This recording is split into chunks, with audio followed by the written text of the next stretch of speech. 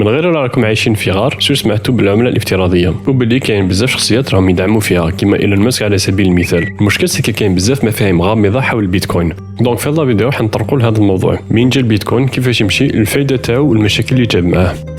31 اكتوبر 2008 واحد السيد اسمه ساتوشي ناكاموتو طلع في الانترنت واحد الفيشي PDF صغير فيه شويه معادلات شويه بروغراماسيون وسماهم البيتكوين. بعد نفهموا شنو البيتكوين لازم نقولوا الاصل تاع الاقتصاد اللي هي المقايضه. قبل ما يكونوا كاينين دراهم الناس كانت تروح للمارشي وكانت تتبادل الممتلكات تاعها ديريكت. معناتها يجيك واحد يقول لك اسمع انت خصك كبش وانا عندي كبش، انا خصني الفرينه وانت عندك الفرينه اي نتبادلوا. بصح مع الوقت المقايضه ولات ما تكفيش، مالا جاو ناس اخترعوا وسيط باش يسهلوا به المبادلات التجاريه. هذاك الوسيط هما الدراهم، بصح بعد الدراهم يكون عندهم قيمه لازم يكون كاين شغل اربيتر، وهذاك الاربيتر هو البنكه. دوكا لازم تعرفوا حاجه فيما يخص البنكه. كي نروحوا البنكه صح رانا نحطوا عندهم دراهمنا، بصح في الحقيقه رانا نمدلهم الثقه تاعنا. معناتها كي نخلوا لهم دراهمنا رانا نديروا فيهم كونفيونس بلي نهار اللي نسحقوا هذوك الدراهم نقدروا نروحوا نجيبهم في اي لحظه. دونك كي بنكه تفلس ماهيش رايحه تفلس خاطرش يخلصوا لها دراهم، بصح رايحه تفلس خاطرش ما كاينش راح يدير فيها كونفيونس، وهذا يعيطوا لها البنك رن.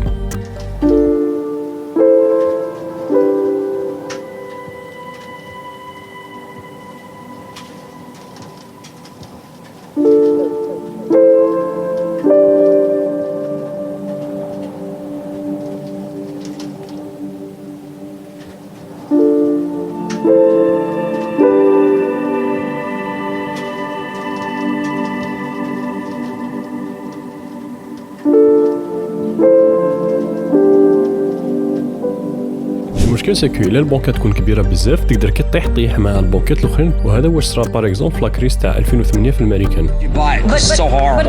We haven't seen anything like this probably since the Great Depression. I think it's fair to say. البنكات عندهم مشكل واحد اخر اللي هو انعدام الشفافيه. معناتها ما تقدرش تعرف شحال كاين دراهم في السيستم، شحال دخلوا شحال خرجوا منين جاو شكون جابهم والى اخره. والسيد هذاك ساتوشي ناكاموتو رجلا كاع هاد المشاكل بسيستم واحد. البلوك تشين هذا اسم على مسمى، معناتها كاين دي بلوك دو دوني يجوا متلاصقين ومتسلسلين، وكل بلوك فيه الملخص تاع البلوك اللي قبله. دوكا راكم تقولوا صح وهذا البلوك وشنو؟ تقدروا تتخيلوا البلوك ملي شغل كناش، وهذاك الكناش فيه كاع المبادلات التجاريه اللي صراو ملي خرج اول بيتكوين. دوكا نقولوا لحبيبنا هذاك اللي حاب يبيع الكبش تاعو، بصح هذا الخطره نقولوا بلي راح يبيعوا في المارشي تاع البيتكوين. غير يلقى شاري ويتفاهموا فيما بيناتهم، هذه المبادلات التجاريه راح تدخل البلوك تشين، وهنا راح يبدا البيتكوين ماينينغ. هذاك السيد اللي باع الكبش تاعو لازم يستنى لي كونفيرماسيون باللي صح باع الكبش تاعو باغي يلحق له البيتكوين. في الحقيقه كاع واش حكيت لكم هذا راح يصاد داخل البلوك تشين.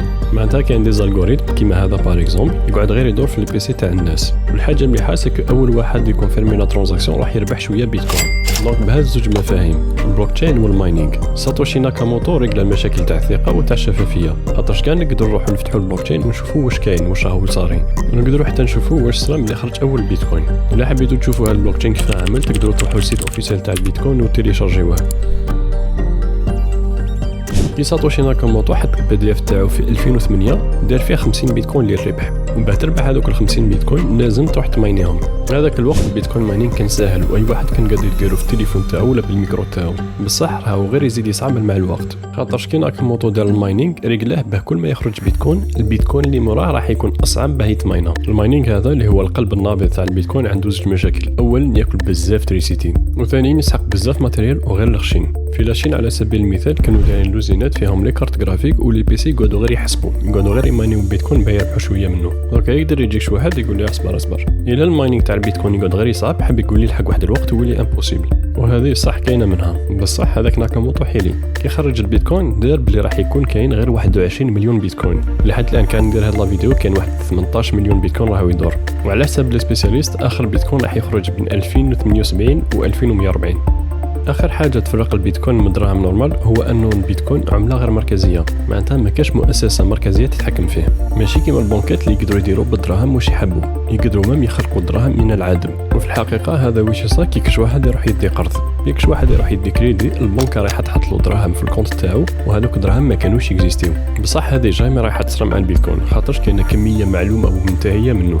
دوكا راكم تقولوا يا ودي كي هذا البيتكوين خشين كاع هكا علاه الناس ماهيش تتعامل به؟ والاجابه سهله، البيتكوين مازال جديد صافي غير 13 سنه من راهو يكزيستي، بصح النظام البنكي كيما نعرفوه الناس تخدم به من القرن التاسع عشر. كاينه ثاني حاجه واحده اخرى سكو البيتكوين كيما راهم مديو دوكا حاليا ما يقدرش يرومبلاسي دراهم، خاطرش كيما قلت لكم لازم ستاري كونفيرماسيون بعد تصرا المبادلات التجاريه.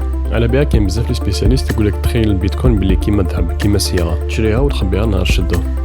بينات قلت لكم بلي البيتكوين عملة غير مركزية، بصح البيتكوين يتبع واحد التوزيع يسموه توزيع باريتو. هذا باريتو واحد السيد تأمل في الدنيا وشاف بلي تقريبا 80% من الثروات العالمية تمتلكها 20% من سكان العالم، كما جماعة جيف بيزوس، إيلون ماسك ولا بيل جيتس. والبيتكوين ثاني يتبع هذا التوزيع، خاطرش على حسب هذه الدراسة 90% من البيتكوين تمتلكوه 2% من العباد. وعلى بها قلت لكم بلي هذيك الحكاية تاع البيتكوين عملة غير مركزية ما كاش منها 100%.